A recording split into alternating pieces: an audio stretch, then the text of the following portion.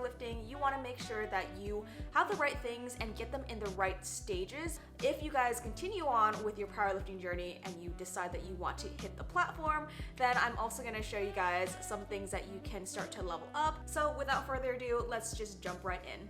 Let's start with the beginner equipment. Now, there really isn't a whole lot you really need when you first start off, but the most essential thing is you want to make sure you have a nice pair of Vans or Chucks or any kind of flat shoe. Mine are super beat up and worn out, so I don't really want to show you guys that. It's kind of disgusting anyways. It'll really help you with your deadlifts and your squats, and overall just a really great gym shoe. Next, you want some nice resistance bands. So when you first start off, you want to be able to warm up with them. These ones are from Arstay, and these come in 3-packs. I only have 2 for some reason. I don't know where the other one went, but it comes in this nice turquoise color, teal color, I think. If you are gonna get resistance bands, make sure that they are fabric and they're not the plastic ones that rip really easily. I've been through so many of those and it was super annoying having to replace them. Fabric is also great because they won't slip off of you when you are using them. Super essential for when you are trying to warm up your legs. I also want to mention some nice to haves, so things that I think that you should have, but you don't necessarily need to have maybe till later. If you already go to a gym, likely they already have clips, but sometimes it's really annoying and you can't find the right clips, and also the clips at the gym are so damn annoying to take off. Ridiculously annoying to take off, and I feel like that's just half the workout because you're just squeezing the clip so hard until it actually opens up for you to put it into the bar. That doesn't sound correct, but if you have experienced this before, you know what I'm saying. Next up is a nice hydro flask. I feel like I don't need to say this, but I think it's super important too. When you start gymming and working out a lot, you're gonna be drinking a lot of water, so you wanna make sure you have this on hand.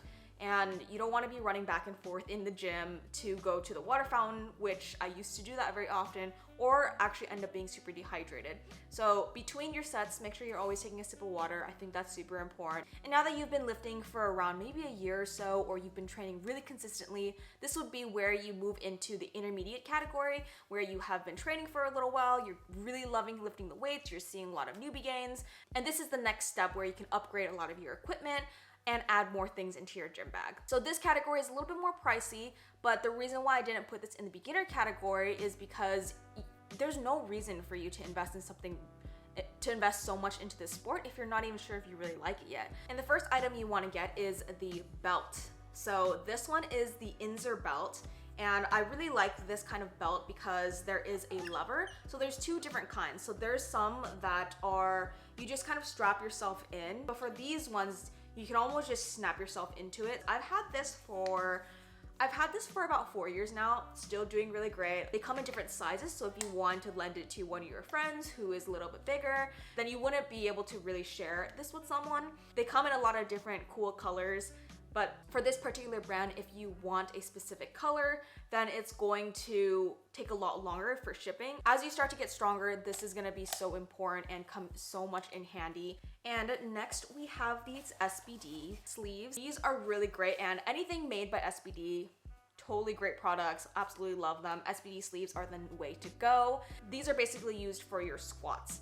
And as you get stronger, you want more support, and especially if you are planning on competing anytime soon, then this is gonna be very important. Just a fair warning, these are a bitch to put on.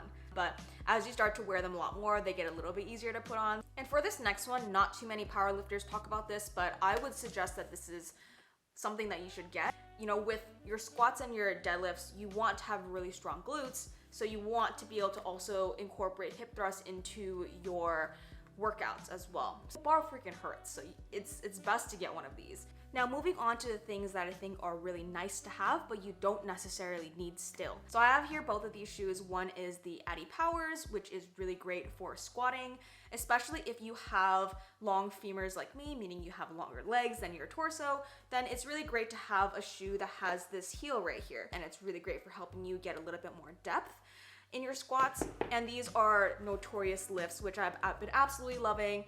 They have created these really nice, I think they're almost like water shoes, but they're meant for squats. Not squats, for deadlifts.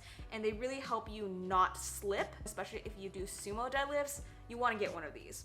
Also, they come in a lot of different colors as well, so they're super fashionable, so I absolutely love them. And the reason why I put these in the nice to have category is because I don't really think that you have to have them still, because if you're just like a fitness enthusiast still and you're not really trying to get on the platform anytime soon, you can still get away with just your flat shoe. And it would be wrong of me to not include recovery.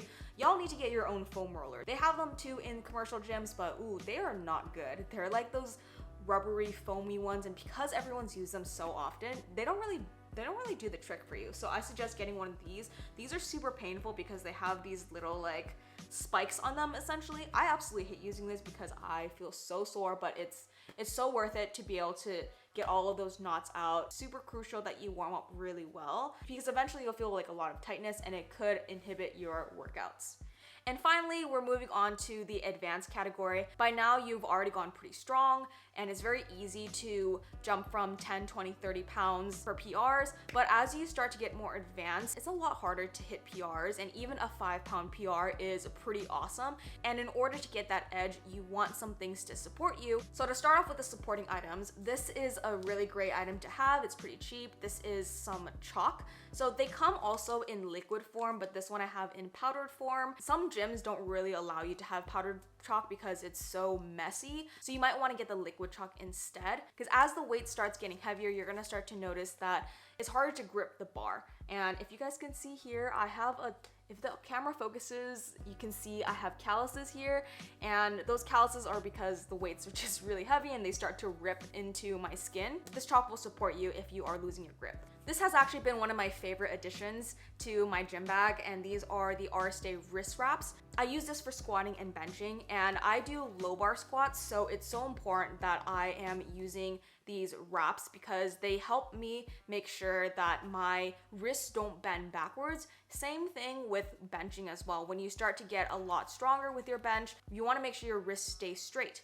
And of course, you're gonna want to step up in a lot of your recovery. So this is a lacrosse ball. This looks cute, but it's pretty deadly. This is used for pressure point release. So if you put it in areas such as your glutes and you roll on it, it's gonna hurt so much. It's a little more inexpensive than the next thing I'm gonna show you. And that is the Stay Medic. So it comes in this little kit right here. And these have been growing in popularity recently in the past few years. And these are percussive massage guns.